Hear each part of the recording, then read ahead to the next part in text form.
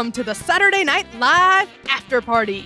This week, we'll be discussing Season 46, Episode 15 of SNL with host Maya Rudolph and musical guest Jack Harlow. I'm Katherine Coleman, and I'm joined this week by John Murray, as well as our special guest, Diana Gebbia. You can follow Diana on Instagram at Diana Gebbia. And if you'd like to connect with us, you can do so at snlpodcast.com. Enjoy these selected highlights from this week's discussion. And if you'd like to watch our full-length, ad-free sketch-by-sketch review, you can find it exclusively on Patreon and Subscribestar/SNL Podcast. It's our supporters who make this show possible, and we are so thankful to everyone who's already come on board. All right, here we go. Woo! So we had a bit of a hiatus, but we're back with Maya Rudolph. Maya Rudolph's back. We got a lot going on. I'm really excited to jump into this episode, but we got a lot of stuff to cover first. And the first thing on that list is to introduce our guest, and she's a friend of John's. So John, I'm going to let you take it over from here. Yeah, we are joined this evening by the illustrious reality TV blogger and host, Diana Gebbia, LA-based personality extraordinaire. Say hello, Diana. Hello. Thank you guys so much for having me. I'm so excited because I listened to you. So now it's like, I'm in on the after party. Good. Yeah, there's nothing like being invited to the after party. I hope we don't disappoint. But before we jump in, we're quickly establishing a little tradition when we bring on a first-time guest. We basically need to grill you, make sure that you got SNL cred, and figure out what it is that gives you the right to critique this comedy institution. So let's just start at the beginning of your SNL origin story. When did you start watching? Why do you love the show? Sure. So that's such a loaded question. Like, what makes me why should I critique? But I'm originally from Staten Island. Don't know if you ever heard of it. But growing up, I feel like SNL was just always around me because being from New York. And I wasn't big into it. I wasn't I had to see every episode every weekend like I do now back then. But I'd be when I would sleep over my goddaughters, Saturday into Sunday, your parents would have it on in the morning and we'd all watch together. Those were Seth Meyers, Tina Fey, all that stuff. And then my parents growing up, it was always Gilda Radner. My mom would be like, you have to watch Rosanna. So it's just always been part of my life. And then during quarantine of all things, I just ran out of things to binge watch. And I'm like, you like SNL? Why don't you catch up? So I started watching backwards, which is, I don't know if I would recommend that, but it works. When you say backwards, you mean from current headed to 1970s or from 19? Okay. Yes. So it would be that. Well, at the time, I think it was October when I started. So it was that week's episode, then catch up on 46, gotcha. Then 40. Yeah. So it was just really weird, especially when you know what's going on with the cast members' lives. And it's to see it all go backwards. It's woo. Yeah. I don't know if I can endorse that particular mode of catching up on the show, but hey, if it works for you, fantastic. All right. So we've sort of established your cred. Before we jump into the show proper, though, Katherine, why don't we run through the latest run of host announcements? Yeah, we got a couple of those for the next 2 weeks. So on April 3rd, we're going to have Daniel Kaluuya with musical guest St. Vincent. And then April 10th, Carey Mulligan with musical guest Kid Cudi. So excited for Cudi. Yeah, he's got a connection with Pete Davidson. So if Pete's around, that's going to be fire. Mm-hmm. Yeah, very good. Yeah, I have no idea who Daniel Kaluuya is, but I know who Carey Mulligan is. I had a very awkward non-encounter with her in the West Village a couple of years ago. That is the most insight I can offer on any of these hosts. But here's the thing. We got a little show-related news because I won't actually be discussing any of these with you, Katherine. You'll be having on, I'm assuming, Steve and probably a few more maybe new friends to the show and probably a few that we've seen over the last couple of months. This is actually going to be my last recording for season 46. I'm still going to be producing the show behind the scenes and working with you and I'll be on social media. Like I haven't disappeared or anything. And I'm actually going to be producing some vintage casts to fill in gaps in our rundown and also, give us some content for the summer. So I'm still involved, but I'm going to be doing some traveling. I'm doing some podcast producing on other shows now. I have 4 other shows that I'm consulting on and collaborating on. So I'm just spread a little thin. And if I'm traveling, I never know if I'm going to have a good enough internet connection to really be able to participate. So it just seems like now is a great time to jump out on a show with an alum host that I know and want to talk about. And then all these other people that I don't know from Adam, you youngins, you guys can chat about that. So that's what we're looking at for the rest of the season. But the show isn't going anywhere, and you'll be lining up whoever you think is a good fit for those shows. And then into the May run as well. I'm sure we'll be seeing some new faces. And that's pretty much all I've got on that. But before I let anyone else talk, we have 2 patrons that I also want to thank. So Michael Riccardi has joined us from Philly, PA, and also Anna Rose from Austin, Texas. So our patrons, they are appreciated and loved, and we thank everyone that takes the time and the effort to support us in whatever capacity they can. And we just really appreciate the support, and that's what makes the show possible. And so we always love to be able to give them a shout out. And with that said, Catherine, why don't you get us into tonight's episode? For the cold open, MTV's newest spring break show, Snatched, Waxed, or Vaxxed. So Diana, you're in the hot seat. What'd you think about the cold open? It reminded me, there's a meme going around where it's like summer 2021 in the club. It's like, hey girl, Pfizer or Moderna. And that's like literally what it reminded me of until absolutely nobody was vaxxed. And like, that was the whole joke because it was Miami. But there were so many good things about this sketch. Like, this is what I love about SNL. You have the main sketch, which is obviously a play on COVID and people just ignoring the guidelines, but they snuck in like Spirit Airlines and then AstraZeneca. Right. Like, I thought it was so great. And like, I've been to Miami before, so I like picked up on the Versace murder steps. Like, I thought that was hilarious. Maya absolutely killed it. For her to go from the cold open and like give us the energy she gave to have to go do the monologue, like, props to you, girlfriend. Like, yeah. Yeah. Mm-hmm. Yeah, I thought this was super fun. It was light. It was, no heavy political stuff going on really. I thought it was the perfect amount of people just being moronic and that level of commentary about there's all these things in place to control crowds, but of course the crazy Floridians think they're like perks. I thought that was a really fun take to have on that. But what really stood out were the performances in this one. Maya, of course, came to win. I thought Chloe's performance of Meth was really funny. And yeah, so I think the performances are really what put it over the top. And this was a win for me. Mm-hmm. Yeah. John, what'd you think? Yeah.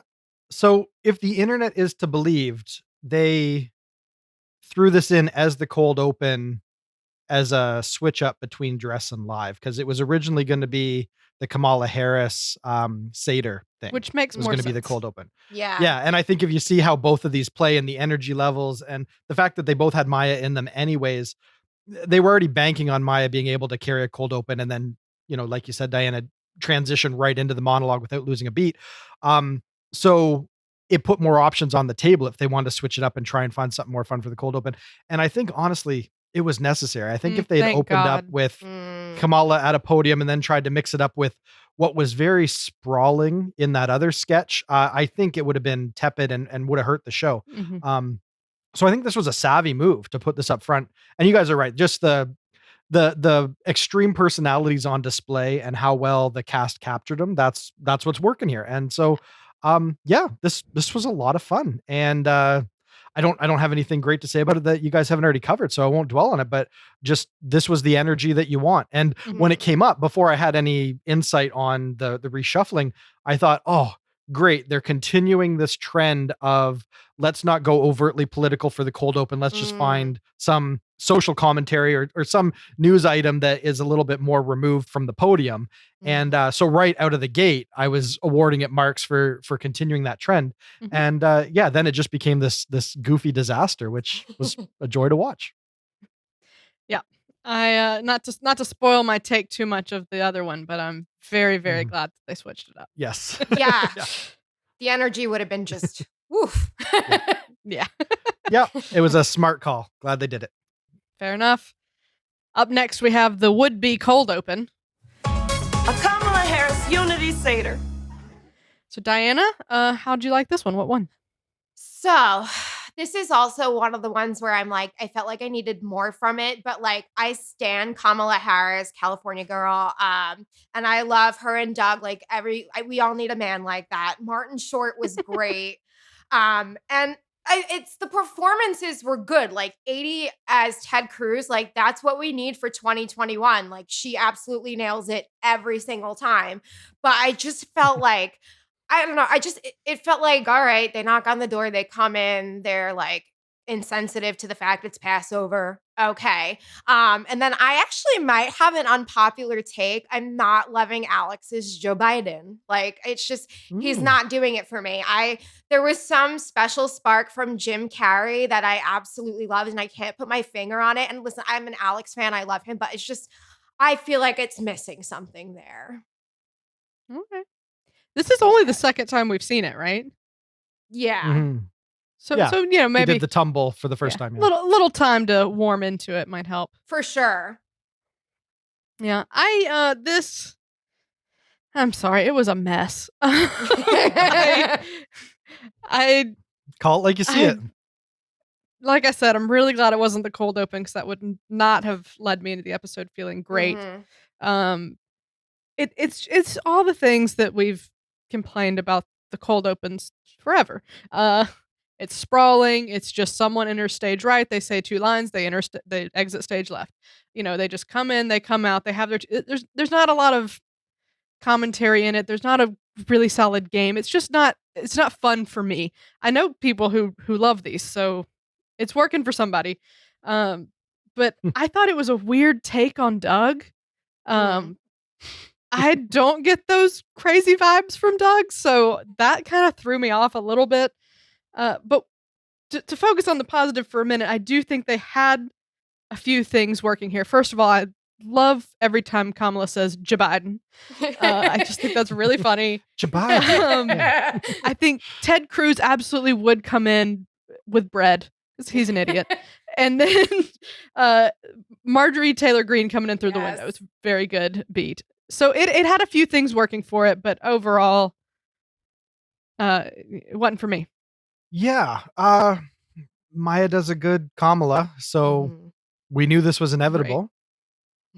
But and I like Maya's Kamala. Yeah. Yeah, but I'd rather them like throw her in a QVC commercial or something. Right. Like there's ways to take a political character and just absolutely do something inspired, mix it up, give them a wacky setting, do something to generate better comedy than, like you said, the parade of political caricatures. Yeah, and darn it all, if you got Martin Short in the studio, put him to better use. Like there's just, I felt like there was just a lot of things that, a lot of pieces in this that I think should have been put to better use. So I didn't get a whole lot from it. At the end of it, I was scratching my head going, oh geez, that was a big miss. So, if we're doing the roller coaster, they keep getting these base hits that are just keeping me invested in the show. And then it, so, this was not, this was not a highlight of the show. I totally get why they pushed this back. I wish they'd maybe scrapped it all together, but they came up short on the good nights. She had a lot of time to chat there on the podium at the end. So, or on the home base at the end. So, I guess it was inevitable. Yeah, you can't have her you build an 8-minute sketch. Yeah. You got a big hole in the show if you ditch it. So, it is what it is. I didn't need it. I feel that. Very good. All right. Well, our 10-1 SNL meets The Shining as Maya walks down memory lane with cameos from Tina Fey and Rachel Dratch. Diana, how'd you feel about it? This is what the whole show should have been. Like, it should have been this. This is what I was waiting for. The cameos, the little like humor here and there where she threw the shade at Kevin Spacey. Like, this is what we've all been wanting the whole night. And then I also like that it did do a full circle because she started the monologue with like the Breakfast Club and now it's a play on The Shining. So I thought that was really neat. But I'm just, I wish this was the whole damn episode. It was so good. It was so funny. We saw Tina Fey, Kristen Wiig, who I love. Gilly was back. Like, and Rachel Dratch in the bathtub. Like, she did not have to show us her chest, and she did. And we say thank you. Like, Right. Yeah, this was super fun. Yeah, this is here for us nerds, right? We love to see the cinematic universe and this eerie twist on it, a lot of fun. I loved the gag of her walking down saying, "Oh, what could have been," and then gets to Kevin Spacey and just keeps going. yeah. That's really fun. I loved the little insider joke about the SNL cook just takes chips and puts them in a bowl for like the table read. That's great. Just a lot of fun here. Rachel Dratch is just kooky enough that maybe she would come take a bath there, She's not a ghost. There was a lot of fun to be had here, and it was expertly directed. That is a huge win. I think it was Paul Briganti, and he's been really knocking things out of the park this season. I mean, I think all of my favorite pre-types have been directed by him. So he nailed the Kubrick aspect of it, and that's not easy. So big props there. John, was this what you were looking for all night? Yeah, I think you go to one of the SNL unit directors and say we want to take a run at Kubrick. They're gonna they're gonna know the territory. They're gonna know what they want to accomplish with it. I love how high they can shoot with these. Just blood coming out of the elevator kind of stuff. It's like that's wine. I know that it's well, sure.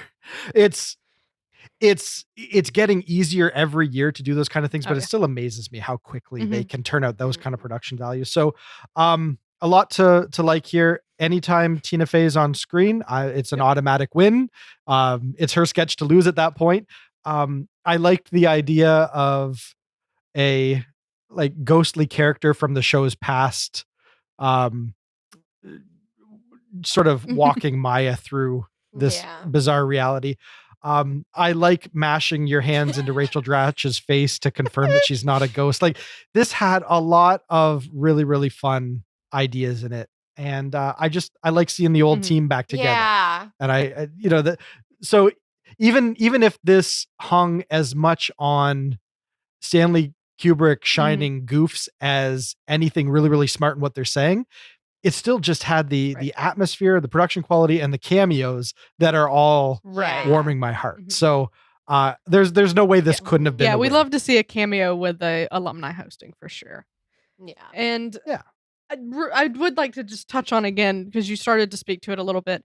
The production of this isn't easy. Like, there's a few of their editors, the McElroy brothers, I don't know how to say it.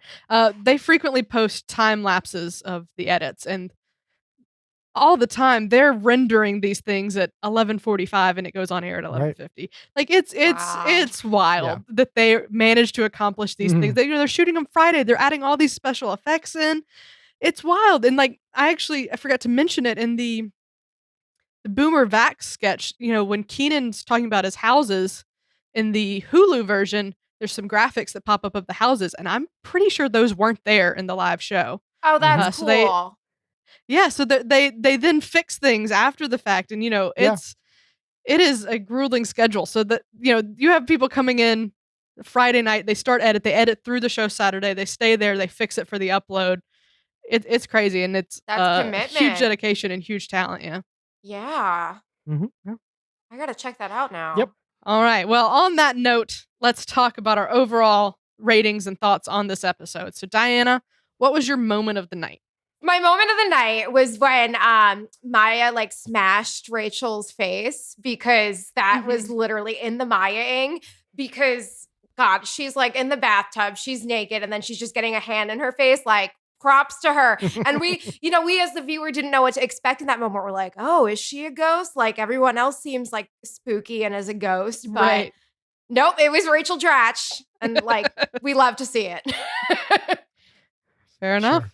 Yeah. I think my moment's gonna go to Edith Puthie reappearing. Yeah. I thought that was such a funny name when she first appeared in the name change sketch. Never did I expect her to reappear. And here she is with a really good verse of that song. So that was a big moment for me. John, what was yours? during Weekend Update, right at the end of their gun control run, they cut to Michael Che and he says something along the lines of, I don't know what you're talking about. I just bought a gun last summer when all those white kids started talking about getting rid of the police. President Biden. there was something about how like under his breath and casual that delivery was, that was so like sincere, but perfect for that type of joke. Like he just sold that so well. And I think it's been a while since they've had an audience that was on their side enough for him to get those kind of jokes over. So a lot of times he'll do it. He thinks he's got it over. The audience doesn't react and he just kind of like, whatever, you guys suck. So I like that. I like that he landed that one. He was proud of himself. He got it over. It got the laugh. And it's a pretty strong joke. And it's right in the vein of that Michael Che personality. I'm just a jerk who's in it for myself. Right. So like undercutting the whole thesis of Colin Jost's run there. So, I liked it. I just thought that was good writing, good delivery, and ready for Che to get a win on one of his scuzzy jokes. Very good. Diana, what's your best sketch? Yeah, definitely the Maya because I feel like that was the most well done of them all. It was the best produced. It's the cameos. It was a home run. It's what we had wanted to see the whole night, like we discussed before, and they managed to just get it in the last few minutes. But yeah, I wasn't left wanting more like the other episodes. I thought it was just enough and a bunch of great things packed in there. Yeah. That was definitely a very good way to end the night and a really strong sketch. Mm-hmm. I'm going to go, and this is maybe a little bit antithetical to what I ultimately said about it, but I'm going to go with the boomer vaccination sketch. Yeah, was it the best music video of the season? No, but I thought it was a really strong one. Had something to say. It was funny. I love it when they dress as old people, and I love it when the whole cast is in a sketch together. So you have all of them in that room dancing. I feel like that's a fun energy. Yeah. And yeah, I thought a lot of those rhymes were really, really good. So some top-notch rap writing there that you don't always expect to be in the wheelhouse of sketch comedy writers. So that's it. John? I'm going to be a little antithetical to what I said earlier, but I think I'm going to go with Asian cast member Bowen Yang, who discusses resources to support the AAPI. I think that there's a lot more people that this will land hard for than would be challenged by it. Because I think there was a lot of people waiting to hear something, particularly from Bowen on this. And I think even if it was challenging for some people that are maybe a little more removed from the situation, that they're just not immediately super duper passionate for the cause and just like, I just wanted to hear whatever you're saying, I'm on board with. This is just what I needed. Like if you don't have that immediate reaction to it and you're just all in no matter what, and you take it a little more casually, then maybe it's a bit more hard to find the fun in it. But I think there's a lot more people that are in that first camp of I just wanted this on the show. So thank you. So I think I definitely knew some at some point in the show we were going to hear from Bowen. Absolutely. And I'm glad we did. Yeah. Yeah. So I think there was definitely value in it making it onto the show. And even though, again, I'm not the target for this personally, I can respect that Bowen navigated those waters about as well as you could have. Structural changes notwithstanding, he found some really good things to try and turn into a joke, and his delivery is always so sharp. Like he knows his persona and he knows how to take these jokes and make them his and deliver them in his patented Bowen Yang style. So like there was still a whole lot of just his prowess on display. And because it's such a charged topic and because emotions are going to run high and emotions were even running high from him, I don't think that it needed to be an unqualified win for absolutely everyone tuning in for this to still be strong and necessary and a good showing from Bowen. And again, proving his value on the show besides just filling a demographic need. He is a very strong person at the desk. Yeah. And I've never seen him misfire. And tonight was no different. Yeah. He's a very, very charismatic guy that you just, I feel like you just want to root for him as soon as you see him. Yeah. Yeah. So, John, for MVP, are you going to surprise us or is it who we think it's going to be? Geez. Well, yeah, no, this was not a show that had a lot of standouts for me. I am going to go with Bowen. I think that they gave him a weighty job to do this week. And it's really hard to critique what he presented. Yep. I think there's a lot of people that it probably really, really, really worked for really well. And obviously it was something that had a lot of him in it. And I think that's certainly worth an MVP nod. Yep. And we'll do a little shout out. Celestium helped him with it. Sure. Yeah, absolutely. They're in their first season, I think, and has gotten some good stuff going on, and helped Bowen with this, and was really good. I'm gonna give my MVP to Maya. She was everywhere. She was delivering knockout strong performances in every single thing. I thought obviously she's a great host. She's a great performer, and I didn't feel like there was anything that she phoned in at all. And I imagine that would be easy to do when you've done it a long time. You've been in a bunch of cold opens this season, and you got a whole show to get through, but she was giving it all right from the top to the bottom. So it goes to Maya. Diana, who's your MVP? I'm going to go with Keenan. I think every sketch he was in, he really fully committed. Even though the Hot Ones wasn't my favorite sketch, like DeMichelangelo, love it. It was 2 seconds and he stole my whole heart for that one. Growing up, I loved all that. So I think watching him on SNL, it brings me back to Ishboo and the Chocolate Chef, Cooking with Randy and Mandy, and Pierre Escargot. Pierre Escargot. Yes. My favorite, yeah. Oh, so good. So I see a lot of that in him, especially when he did, what the heck was his name? Richard, Request, when he did that choreographer. I saw a lot of that in him. So I'm going to give it to him. He goes all out. He commits. We love Keaton. All right. Yeah. Very good. That's fair. Now the big one, on a scale of classic, great, decent, weak, or train wreck. Diana, how would you rate this episode?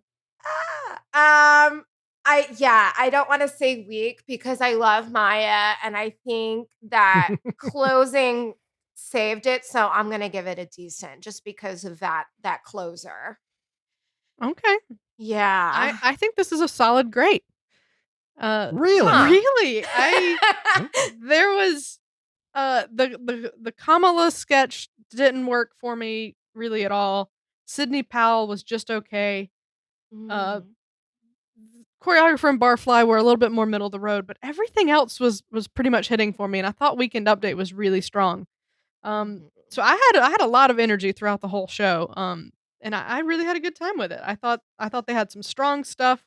They came out with some great production values for sure again. And yeah, I had a great time with this. So John, I'm sure you are not going to give it a grade. No, I don't think this one quite got over the line into decent. I'm landing on weak. Ooh. I don't think it was a terrible show. We're not near train wreck territory, but Maya Rudolph, I think you pull out all the stops. And I think they knew they had her coming in for a while, and they just came off a hiatus. And I feel like there was a better show that they could have offered her. Yeah. And I think we had a couple real clunkers in this one, and a whole lot that just, were barely wins. And then you're right. Solid Weekend Update, solid cold open, and just a big sag right in and a solid closer, and then a whole lot of sagging in between. And if I just go back and just mentally gauge my laugh-o-meter for the show, I just never quite got into it, got on board, and it wasn't getting good laughs out of me this week. So yeah, for me personally, this is definitely the first week of the season. All right. Well, I'm sorry because I know to be how a much downer you were on my looking last forward episode to of the season. I was and again, it's expectation because I love Maya and I know what she can do. But right, SNL, there's highs, there's lows. Comedy's subjective, so it hits for some, it misses for others, but they give us something, and that's no easy feat. So very true. That's that. All right. Well, before we go, I want to mention real quick. I just put a new video up, a new sketch. It's called The Vacuum King. It's really, really, really stupid.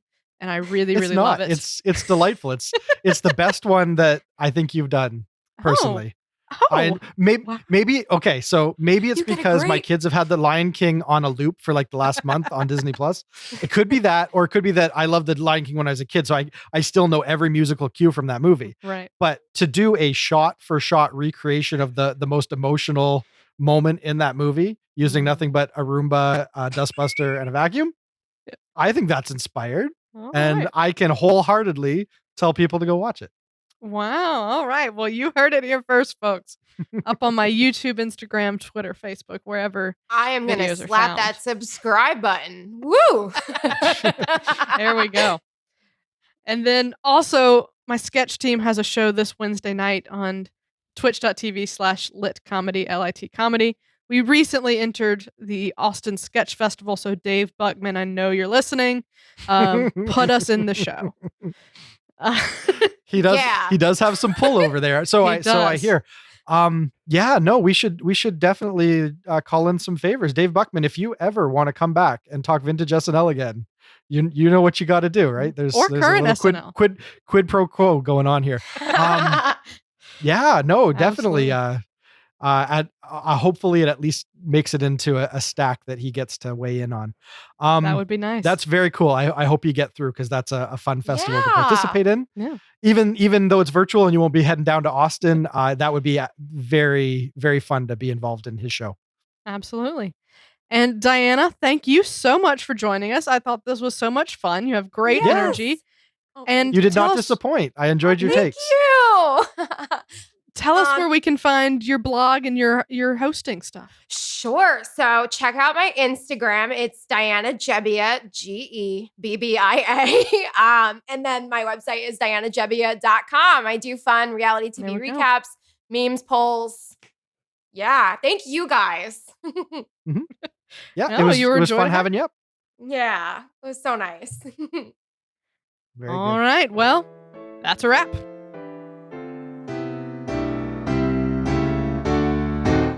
Thanks to Diana Gebbia and John Murray. And thanks as well to our most generous patrons, Sam Bowers, Neil Weinstein, Justin Gardner, Carissa Eubank, Grace Kogan, and Brian Clark. If you're enjoying our show, please subscribe on YouTube or wherever better podcasts can be found. Your subscription helps us grow, and your support is greatly appreciated. We'll be back next week when SNL returns with host Daniel Kaluuya and musical guest St. Vincent. But until then, this has been episode number 132 of the Saturday Night Live Afterparty podcast. I'm Catherine Coleman. That's my story, and I'm sticking to it.